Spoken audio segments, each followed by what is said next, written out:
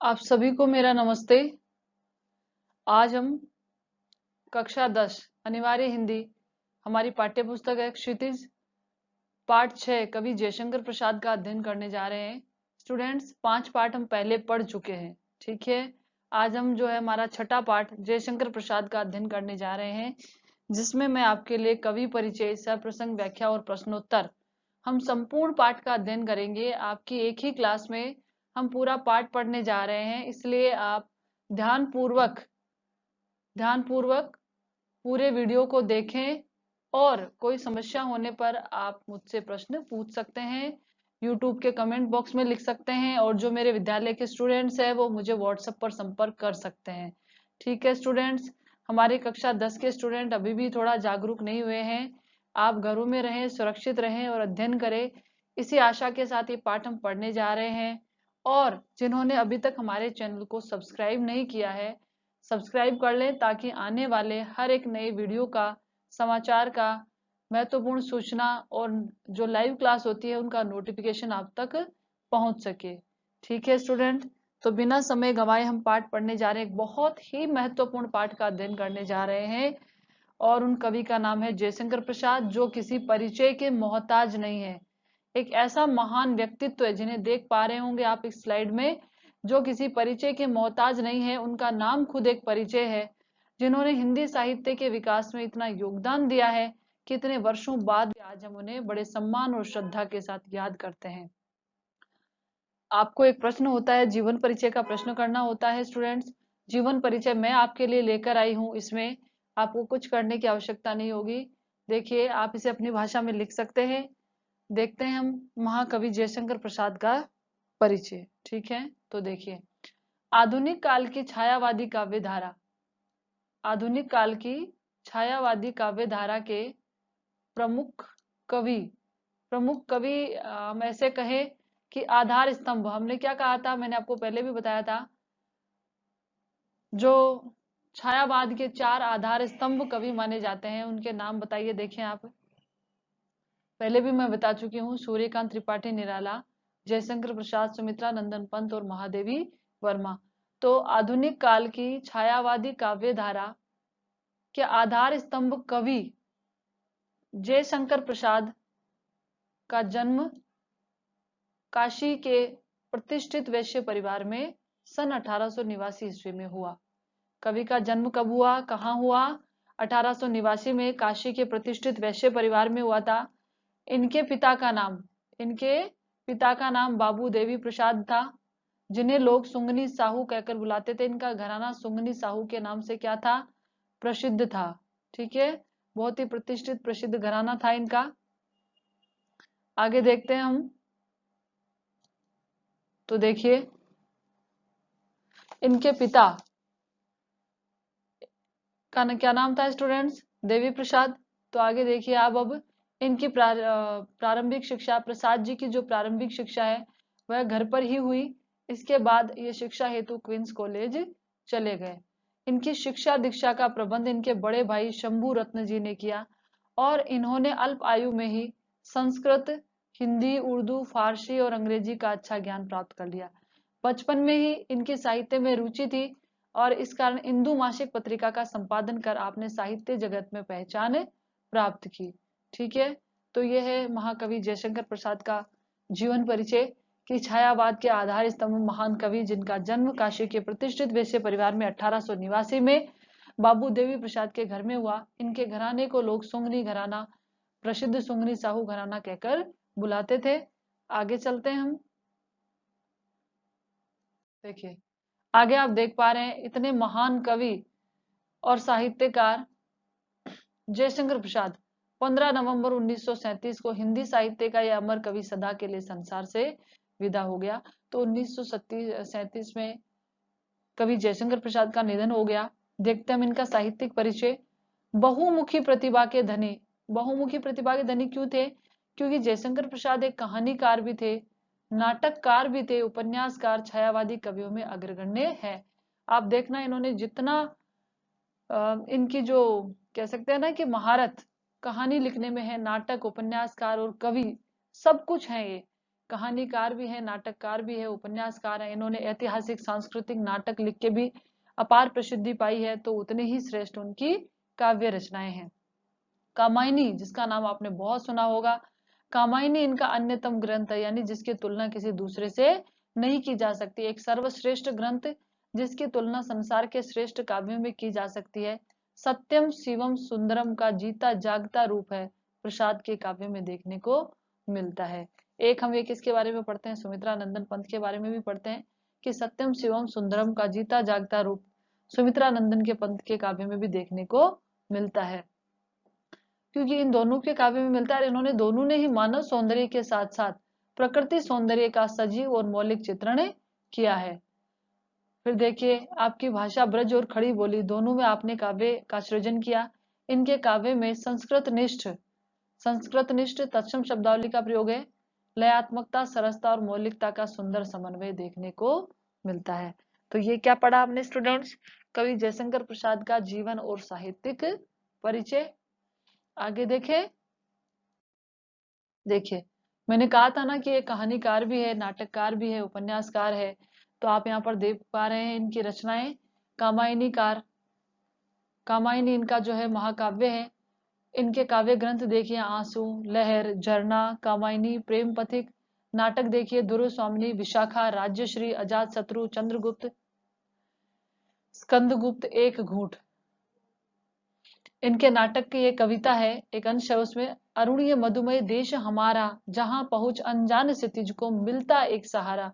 बहुत ही प्रसिद्ध कविता है, जो अपठित काव्यांश के रूप में भी पूछी जाती है। आप जैसा देख पा रहे हैं, इनके सारे नाटकों के नाम ऐतिहासिक हैं।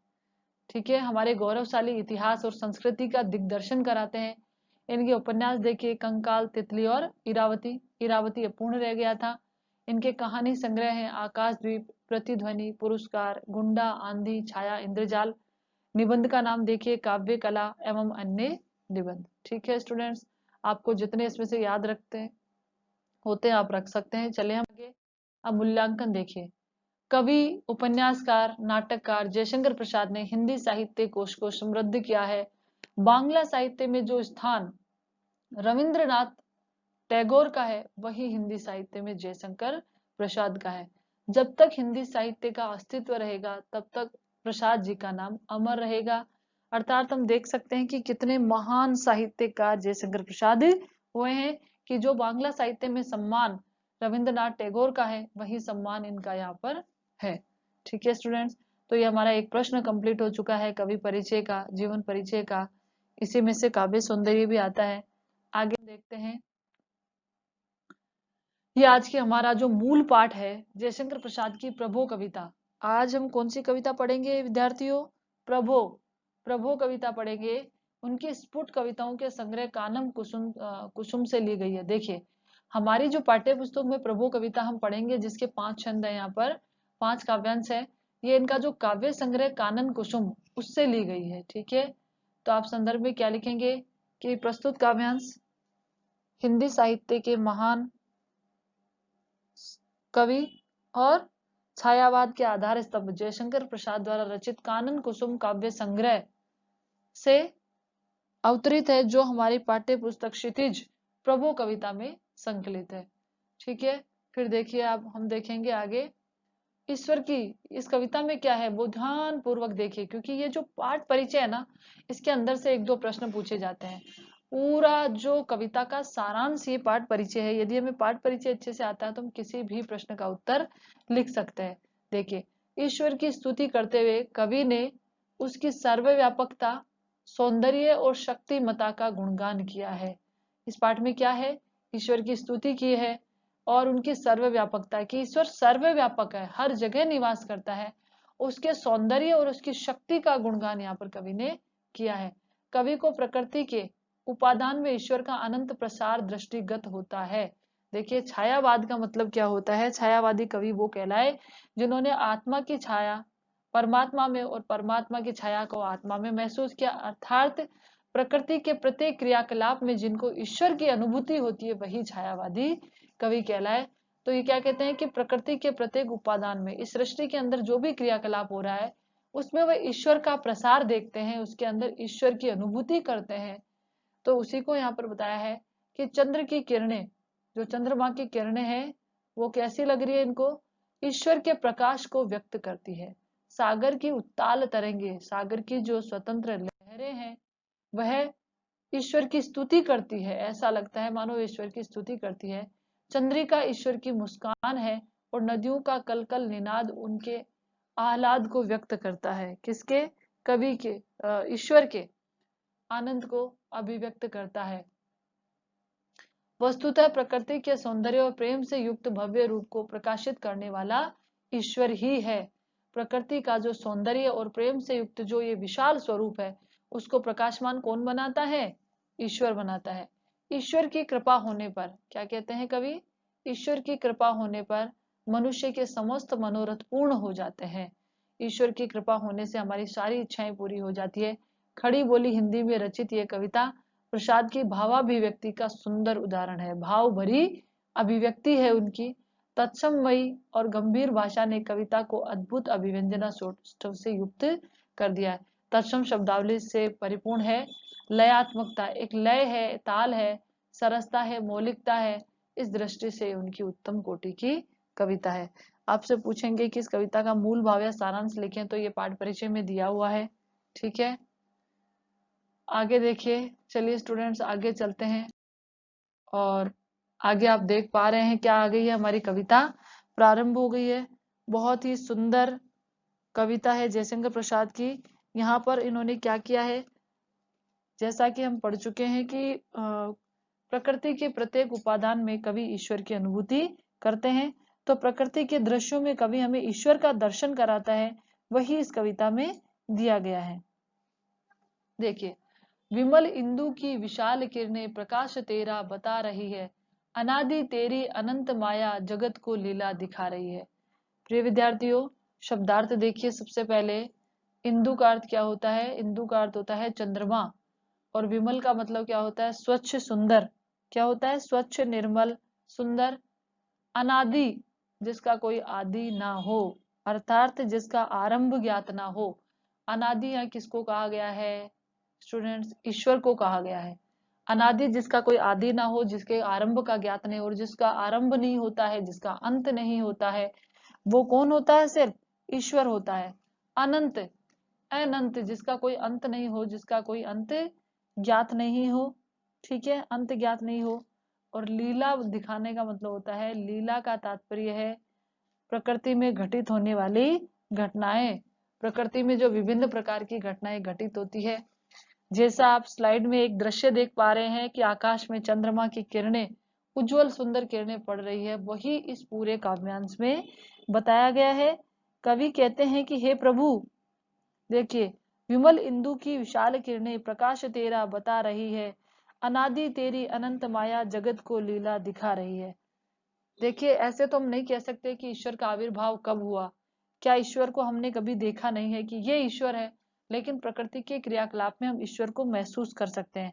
और छायावादी कवियों की यही विशेषता होती है कि वो प्रकृति के प्रत्येक क्रियाकलाप में ईश्वर की अनुभूति करते हैं। तो अब आप अर्थ देखिए कि कवि कहते हैं कि हे प्रभु, कोई नहीं जानता कि आपका आविर्भाव कब हुआ, लेकिन यह कोई भी नहीं जानता। क्या हम जानते हैं कि ईश्वर कब प्रकट हुए, ईश्वर का आविर्भाव कब हुआ? मनुष्य का आविर्भाव, किसका जन्म कब होता है, हमें हमको पता है, लेकिन ईश्वर के बारे में हम नहीं जान सकते क्योंकि वह अनादि है। ठीक है, उनका आरंभ कोई नहीं जान सकता है। तो कवि कहते हैं कि हे प्रभु, मैं आपको प्रणाम करता हूँ। कवि अपने ईश्वर आराध्य की स्तुति करते हुए, उनका गुणगान करते हुए कहते हैं कि ईश्वर का आविर्भाव कब हुआ ये कोई नहीं जानता है, परंतु परंतु विमल इंदु की विशाल किरणें। हाँ, हालांकि ईश्वर का आविर्भाव कब हुआ ये कोई नहीं जानता है, लेकिन आकाश में जो चंद्रमा की सुंदर स्वच्छ निर्मल किरणें छिटक रही है, विमल इंदु की विशाल किरणें, आकाश के अंदर चंद्रमा की स्वच्छ निर्मल किरणें पड़ रही है, वह ईश्वर के प्रकाश को ही बता रही है। किसको बता रही है? वह किरणें ईश्वर के प्रकाश को, चमत्कार को बता रही है। प्रकृति में जो सारी घटनाएं घटित हो रही है, क्या कहते हैं कवि, अनादि तेरी अनंत माया जगत को लीला दिखा रही है।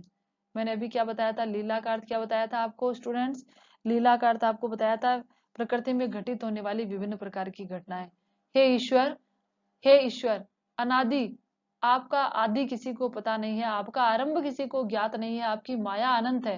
हे ईश्वर आप अनादि हैं, आप अनंत हैं, और इस प्रकृति में जितने क्रियाकलाप घटित हो रहे हैं, जितने भी घटनाएं दिखाई दे रही है, वह आपकी ही माया है, आप ही की क्रीड़ाएं हैं, आपकी सर्वव्यापकता है।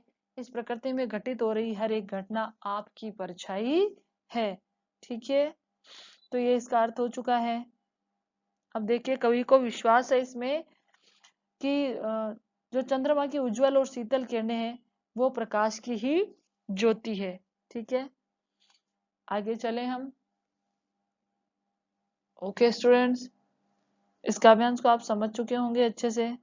चलिए आप बताइए, अब आपसे कोई इसका विशेष लिखेंगे तो आपको भाषा शैली लिखनी होगी, तो भाषा कौन सी है? अभी मैंने बताया था ना, तत्सम शब्दावली युक्त खड़ी बोली, तत्सम शब्दावली युक्त।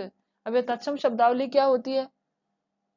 उत्पत्ति के आधार पर शब्द के भेद होते हैं ना, तत्सम, तद्भव, देशज और विदेशी। संस्कृत भाषा के शब्द, यानी किसी भी भाषा की मूल भाषा, तो हिंदी की मूल भाषा क्या है? संस्कृत।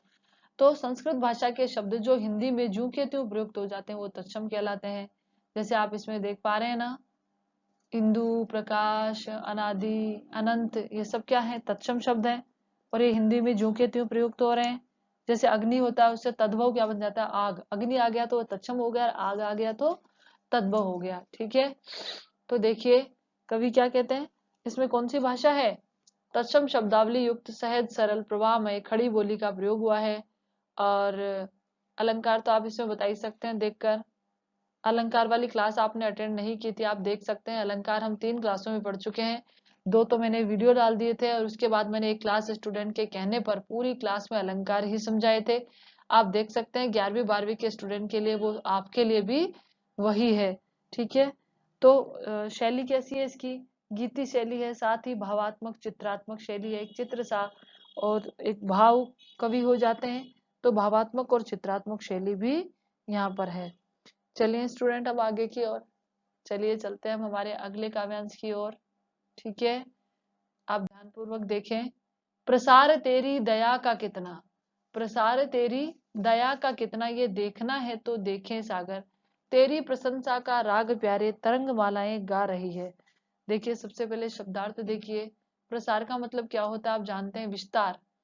तेरी किसके लिए आया है? ईश्वर के लिए, ये आप जान पा रहे हैं। तेरी प्रशंसा का राग प्यारे और तरंग मालाएं गा रही है।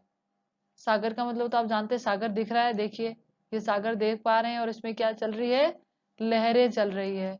ठीक है, तेरी प्रशंसा का राग प्यारे तरंग मालाएं, तरंग माला का क्या मतलब होता है? उड़ती हुई लहरें। ये दिख रही है आपको लहरें, तरंग माला का मतलब होता है उड़ती हुई लहरें।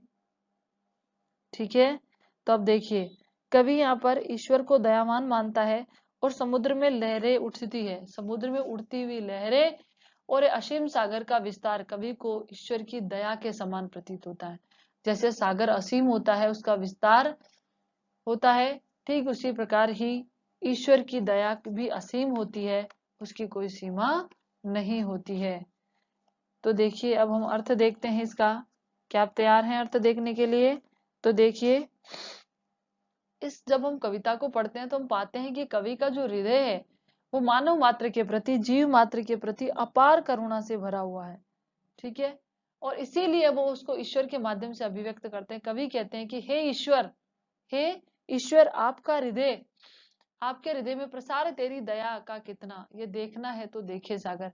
हे ईश्वर आप कितने दयावान हैं, आप कितने करुणावान हैं, आपके हृदय में जीव मात्र के प्रति कितनी दया, कितना सम्मान, यदि कोई देखना चाहता है। देखो कुछ लोग नहीं होते हैं क्या, जो कह देते कहाँ है ईश्वर, तुमने देखा है ईश्वर को, भगवान को देखा है? भगवान कभी खाना खिलाने आते हैं? तेरे लग जाती है तो तुम्हें ठीक करने आते हैं, तुम्हें कभी उठाने आते हैं? ऐसे लोग बहुत सारे होते हैं जो कहते हैं कि ईश्वर को तुमने देखा है, क्या कर दिया ईश्वर ने तुम्हारे लिए, क्या किया? कुछ नहीं किया ना, तो ऐसे ही रोता रहेगा, ईश्वर कभी नहीं आएगा। तो जो ऐसे लोग सोचते हैं कि ईश्वर कहाँ है, तो कवि उनसे कहना चाहते हैं कि ईश्वर कहाँ है। यदि कोई व्यक्ति कहता है कि ईश्वर को दया नहीं आती है, हे भगवान तुमको दया नहीं आती, मेरे साथ ऐसा हो रहा है, कहते हैं ना, कभी कभी कह देते फला व्यक्ति के साथ इतना बुरा हुआ है, ईश्वर तेरे को बिल्कुल दया नहीं आई। तो कवि वही बात बता रहे हैं कि यदि कोई ईश्वर की दया का प्रसार देखना चाहता है कि ईश्वर कितना दयावान है, कितना करुणावान है, कितना स्नेह है उसके दिल में, कितनी अपार ममता है दूसरों के जीव मात्र के प्रति, तो वह किसको देखे? सागर को देखे। जितना असीम सागर है उतनी ही असीम दया मानव मात्र के प्रति ईश्वर के हृदय में भरी हुई है। इस सागर के विस्तार और उसकी गहराई को देखिए, जितना गहरा, जितना विस्तार सागर का है, उतना ही प्रेम मानव मात्र के प्रति ईश्वर के हृदय में है।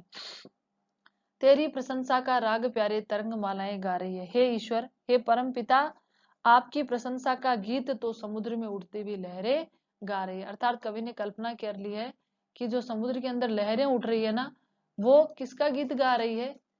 ईश्वर की प्रशंसा के गीत गा रही है। तो लहरें गा रही है, कौन सा अलंकार है स्टूडेंट्स बताइए? देखे, मानवीकरण अलंकार है ना, और उपमा अलंकार भी है। उपमा कहाँ है? इधर देखिए, सागर। ईश्वर की दया को किसके समान मान लिया है? सागर के समान असीम विस्तार मान लिया है। ईश्वर की दया का तो उपमा अलंकार है। और लहरें भी क्या कर रही है? लहरें भी गा रही है, इसलिए क्या है? मानवीकरण अलंकार है। ठीक है स्टूडेंट्स, और भाषा वही तत्सम तद्भव शब्दावली युक्त खड़ी बोली है। आ गया समझ में? क्या चले हम आगे की ओर, अगला काव्यांश देखें। ठीक है स्टूडेंट्स, देखिए आगे की ओर। देखो स्टूडेंट्स, यदि आप व्याख्या ध्यान पूर्वक पढ़ते हैं तो आप किसी भी प्रश्न का उत्तर लिख सकते हैं। कैसे? आगे जब प्रश्न आएंगे तब देखना। तुम्हारा स्मित हो जिसे निरखना, वो देख सकता है चंद्रिका को। तुम्हारे हंसने की दुनिया में नदियां निनाद करती जा रही है। नदी देख पा रहे हैं ना आप यहाँ पे? देखिए, आपके लिए कितने सुंदर चित्र में लेकर आई हूं कि आप अच्छे से समझ सके। ठीक है, ये देखिए। ओके स्टूडेंट्स, चलो हम दूसरा जो है कलर सेलेक्ट करते हैं। शाही आप देख नहीं पा रहे होंगे, ये देखिए अब आप यहाँ पर। ठीक है, ये नदी बह रही है पहाड़ों के बीच में से। तो सबसे पहले सिद्धार्थ देखिए आप, स्मित का अर्थ क्या होता है? स्मित का अर्थ होता है मुस्कान। निरखना का मतलब क्या होता है? देखना। और चंद्रिका का मतलब आप जानते हैं। ठीक है, चांदनी। और निनाद का मतलब क्या होता है? ध्वनि। निनाद का मतलब क्या होता है? ध्वनि। तो अब हम अर्थ देखें। तो कवि यहाँ पर क्या कहते हैं कि जो कोई ईश्वर की मुस्कान को देखना चाहता है, कवि यहाँ पर कहते हैं कि जो कोई ईश्वर की, कोई पूछे कि ईश्वर कैसे मुस्कुराता है, तुमने देखा ईश्वर को? तो कोई कवि कहते हैं कि जो ईश्वर की मुस्कान को देखना चाहता है वह आकाश की चांदनी को देखे। वह ईश्वर की मुस्कान है, वह परम पिता परमेश्वर की मधुर हंसी के दर्शन नदियों में कर सकता है। यही बताते हुए कवि क्या कहते हैं, देखिए। तुम्हारा स्मित हो जिसे निरखना, वो देख सकता है चंद्रिका को। तुम्हारे हंसने की धुन में निनाद करती जा रही है नदियां। ठीक है, तो देखिए कवि कहता है कि जो उस परम पिता परमेश्वर की मुस्कान को देखना चाहता है तो वह आकाश में फैली हुई शुभ्र उज्जवल चांदनी, आकाश में फैली हुई शुभ्र उज्जवल चांदनी को देखे। जितनी शुभ्र, जितनी उज्जवल आकाश में फैली हुई चांदनी है, वैसी ही मुस्कान है किसकी? ईश्वर की। वह आकाश में फैली हुई शुभ्र उज्जवल चांदनी ईश्वर की मधुर मुस्कान है। तुम्हारे हंसने की धुन में नदियां निनाद करती जा रही है। और कवि कहते हैं कि जो उस परम पिता परमेश्वर की कृपामयी हंसी को देखना चाहता है कि ईश्वर कैसे हंसते हैं, तो वो कलकल का निनाद करती हुई नदियों के कलकल को सुने। जो कलकल का निनाद करती हुई नदियां बह रही है, देख पा रहे हैं आप यहाँ पे? जो कल कल छल छल का निनाद करती हुई नदियां बह रही है, मानो वह ईश्वर के ही मुस्कुराने की आवाज हो। ठीक है, तो यहाँ पर भी नदियां मुस्कुरा रही है। ठीक है, कौन सा अलंकार है स्टूडेंट्स यहाँ पर? तो यहाँ पर है ना मानवीकरण और उपमा अलंकार है। कवि की जो मुस्कान है, सॉरी, ईश्वर की जो मुस्कान है और ईश्वर की जो हंसी है, उसकी तुलना किससे की है? नदियों से और चंद्रिका की चांदनी से। साथ ही उनका मानवीकरण किया है, इसलिए मानवीकरण अलंकार भी और उपमा अलंकार है। कवि ने यहाँ पर ईश्वर की मुस्कान और हंसी के लिए सटीक उपमानु का चयन किया, बहुत ही सुंदर उपमानु का चयन किया है। भाषा आप देख ही चुके हैं, वही खड़ी बोली तत्सम तद्भव शब्दावली युक्त है। ठीक है, यहाँ पर कवि छायावादी कवि है। मैंने पहले बताया ना छायावादी कवि हम किसे कहते हैं। तो यहाँ पर छायावादी कवि जो प्रत्येक प्रकृति के क्रियाकलाप में अज्ञात सत्ता की अनुभूति करते हैं, वही छायावादी जो काव्य धारा है उसका प्रभाव स्पष्ट दिखाई दे रहा है। चलें स्टूडेंट्स आगे की ओर, चलिए देखते हैं आगे। देखिए, देख पा रहे हैं सुंदर टिमटिमाते हुए तारे।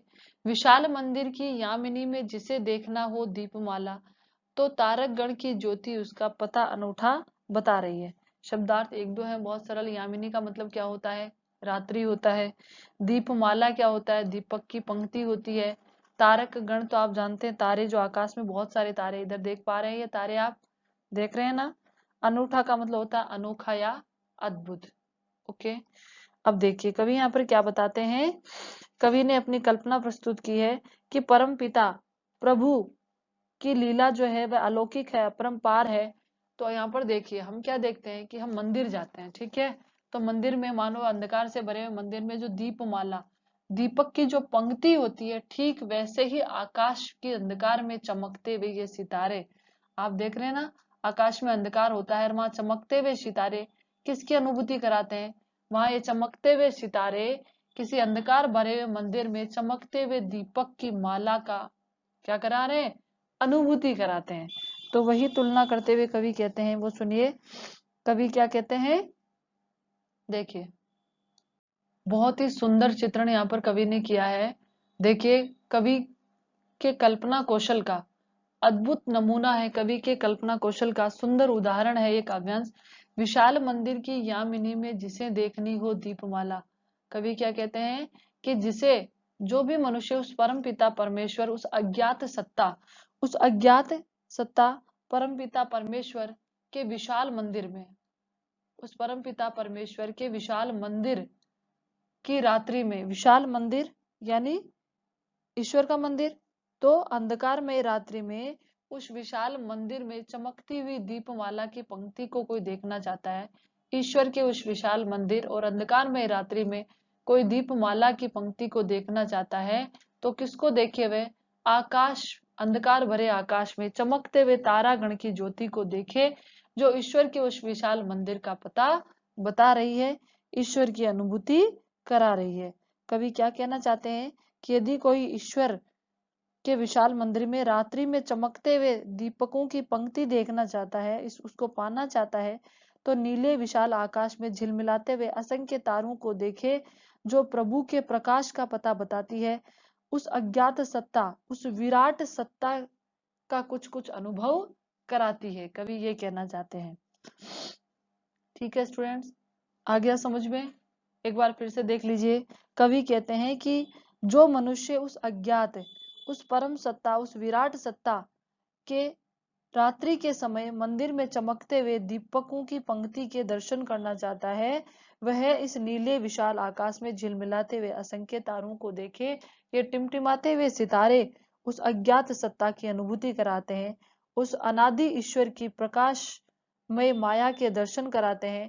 इन तारों की समूह को देखकर हम ईश्वर के प्रकाश का, ईश्वर की अनुभूति को कर सकते हैं।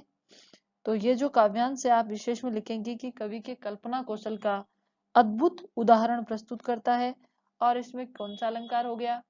देखिए विशाल मंदिर में चमकते हुए दीपमाला की तुलना किससे की है? तारों से की है। तो यहाँ पर कौन सा अलंकार है विद्यार्थियों? यहाँ पर है उपमा और उदाहरण, दोनों अलंकारों का प्रयोग यहाँ पर हुआ है। ठीक है, और भाषा वही सहज, सरल और अनूठी है। बहुत ही सुंदर भाषा का प्रयोग कवि ने यहाँ पर किया है। ठीक है, चले आगे की ओर। तो चलिए अगला काव्यांश अब हम देखते हैं। प्रभो प्रेम में प्रकाश तुम हो, प्रकृति पद्मिनी के अंशु माली, असीम उपवन, असीम उपवन के तुम हो माली, धरा बराबर बता रही है। अब कवि क्या कहते हैं? ईश्वर को संबोधित करके कहते हैं कि ईश्वर क्या है? प्रेम का आगार है। ईश्वर संपूर्ण सृष्टि को जीवन दान देने वाला है, उसमें आनंद की अनुभूति कराने वाला है। परमात्मा प्रकृति को प्रसन्नता और सुरक्षा प्रदान करने वाला है। ये कहते हुए कवि कहते हैं, प्रभु हे ईश्वर, प्रेम में प्रकाश तुम हो, प्रकृति रूपी पद्मिनी के अंशु माली हो, असीम उपवन के तुम हो माली, धरा बराबर बता रही है। शब्दार्थ देखिए सबसे पहले। पद्मिनी का मतलब क्या होता है? कमलिनी। ठीक है, कमल और कमलिनी। तो यहाँ पर प्रकृति को क्या मान लिया है? प्रकृति रूपी कमलिनी। प्रकृति को कमलिनी मान लिया है। अंशुमाली का अर्थ क्या होता है? सूर्य। अंशुमाली का क्या अर्थ होता है? सूर्य होता है। असीम का अर्थ आप जानते हैं, जिसकी कोई सीमा नहीं होती है। और धरा का मतलब क्या होता है? पृथ्वी। ठीक है, देखिए कवि क्या कहते हैं, कवि भावुक हो जाते हैं और अपने भावनाओं में बहते हुए कहते हैं कि हे प्रभु, ईश्वर को संबोधित करते हैं, हे प्रभु प्रेममय प्रकाश तुम हो। हे प्रभु, आप तो प्रेममय प्रकाश हैं, आप तो प्रेम का प्रकाश हैं, और इस सृष्टि पर आपके प्रेम की निरंतर एक वर्षा सी होती रहती है। इस सृष्टि पर सदैव आपका प्रकाश पड़ता रहता है। प्रकृति पद्मिनी के अंशुमाली, इस सारी प्रकृति रूपी कमलिनी, जिस प्रकार से कमलिनी खिल जाती है ना सूर्य के आने पर, कमलिनी सूर्य के आने पर खिल जाती है।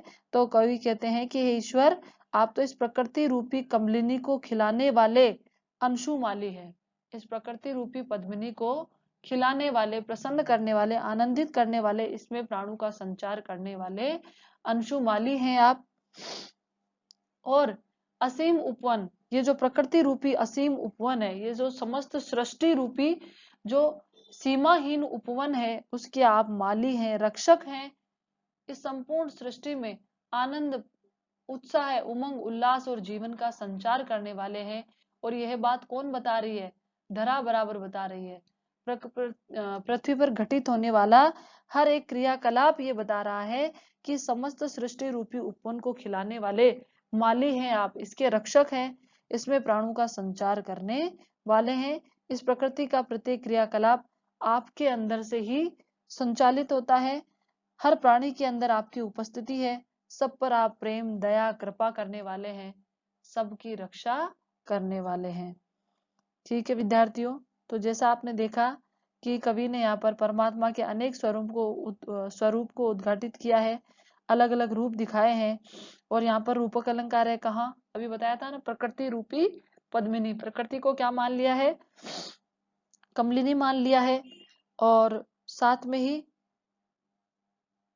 और कहाँ पर बराबर और बता, ब वर्ण की आवृत्ति हो रही है। देखिए ब यहाँ पर आ रहा है ब, और यहाँ पर आ रहा है ब। तो कौन सा अलंकार है? अनुप्रास अलंकार है। ठीक है, आ गया समझ में? अंशुमाली के समान है। देखिए यहाँ पर प्रकृति रूपी कमलिनी को खिलाने वाले अंशुमाली है। तो जिस प्रकार से सूर्य कमलिनी को खिलाता है, वैसे ही आप इस सृष्टि का संचालन करने वाले, इसमें प्रसन्नता, उमंग, आनंद भरने वाले हो। तो तुलना की, इसलिए उपमा अलंकार भी यहाँ पर है। ठीक है, यहाँ पर अलंकारिक शैली है, बहुत सारे अलंकारों का प्रयोग हुआ है। ओके स्टूडेंट्स, चले हम आगे की ओर। देखिए ये हमारा अंतिम काव्यांश है। जो तेरी होवे दया दया निधि, तो पूर्ण होता ही मनोरथ, सभी ये कहते पुकार करके, यही तो आशा दिला रही है। दया निधि का क्या अर्थ होता है?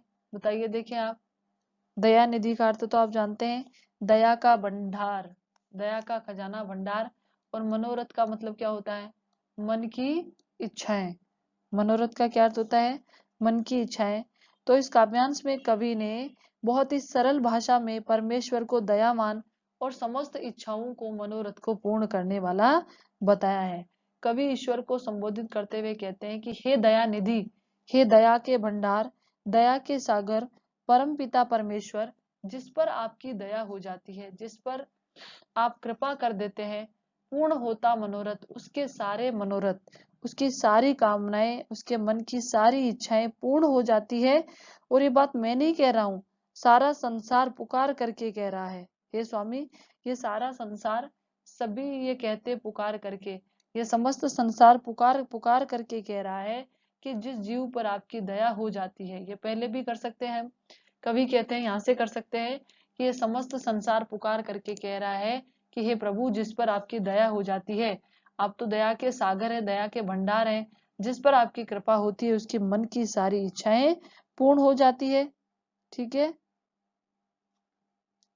और यही तो आशा दिला रही है, और सारा संसार पुकार करके कह रहा है। और इसी कारण मेरे मन में भी कि निराशा भी आशा में बदल जाती है। मेरे मन में भी आशा है कि एक दिन आप मेरे सारे मनोरथ, मेरी सारी इच्छाओं को पूर्ण कर देंगे। तो देखिए द वर्ण की आवृत्ति है और द वर्ण की आवृत्ति है, तो कौन सा अलंकार है? अनुप्रास अलंकार है। आप देख पा रहे हैं दयावान ईश्वर, ईश्वर बहुत दयावान है, दयालु है, ये प्रकट किया है कवि ने यहाँ पर कविता में। तो आपको ये समझ में आ गया होगा, ईश्वर का गुणगान किया है, ईश्वर की दया प्रेम को प्रकट किया है। देखिए प्रश्न, अब आप प्रश्न कैसे कर सकते हैं? आपसे पूछे कि जयशंकर प्रसाद का जन्म कब हुआ, तो आप बता सकते हैं ना कब हुआ था? पढ़ा है ना हमने, 1889 में हुआ था। और उनकी पहली पत्रिका का क्या नाम था? इंदु, ये भी हम पढ़ चुके हैं। ठीक है विद्यार्थियों, अगला प्रश्न देखिए। जो प्रश्न आप स्लाइड में देख पा रहे हैं, क्या आप इनके उत्तर नहीं कर सकते पाठ के आधार पर? प्रश्न क्या है? जयशंकर प्रसाद के किन्हीं 3 काव्य संग्रहों के नाम बताइए। पीछे पढ़ना था हमने, झरना, लहर, आंसू, कामायनी काव्य संग्रह है ये सब, चित्राधार, रचनाएं पढ़ी थी ना हमने कवि की, तो उसी में से तो करना है। ईश्वर की प्रशंसा का राग कौन गा रहा है? क्या हमने नहीं पढ़ा है? तरंग मालाएं गा रही है। तो तरंग मालाएं क्या गा रही है? ईश्वर की प्रशंसा का राग। मनुष्य के मनोरथ कब पूर्ण होते हैं? अभी अभी पढ़ा है ना हमने, मनुष्य के मनोरथ जब ईश्वर की दया हो जाती है, कृपा हो जाती है, तो सारे मनोरथ पूर्ण हो जाते हैं, ये भी हमने पढ़ा है। अंशु मालिका क्या अर्थ है? सूर्य। अब बताइए, क्या आप ये प्रश्न नहीं कर सकते हैं? अर्थ आने के बाद तो हम हर प्रश्न को कर सकते हैं। प्रकृति पद्मिनी के अंशुमाली से कवि का क्या तात्पर्य है? प्रकृति रूपी पद्मिनी के अंशुमाली से कवि का क्या तात्पर्य है? मैंने आपको अभी अभी बताया था कि जिस प्रकार सूर्य के उदित होने पर कमलिनी खिल जाती है, और खिलना अर्थात प्रसन्नता का प्रतीक है। खिलना शब्द किसका हम कह रहे हैं? आज तो बड़े खिल रहे हो, कहते हैं ना, आज तो बड़े खिल रहे हो भाई, क्या बात है, यानी बहुत प्रसन्न हो रहे हो। अर्थात इसका तात्पर्य है कि कवि ने बताया है कि ईश्वर के कारण प्रकृति के प्रत्येक जड़ चेतन चराचर जड़ चेतन पर ईश्वर का प्रकाश होता है, ईश्वर की कृपा होती है, तो समस्त जीव जंतु सभी जड़ चेतन क्या हो जाते हैं? प्रसन्न हो जाते हैं। फिर अगला प्रश्न क्या है? आप देख पा रहे हैं ना, कवि ने ईश्वर को अनादि क्यों कहा है? कवि ने ईश्वर को अनादि क्यों कहा है?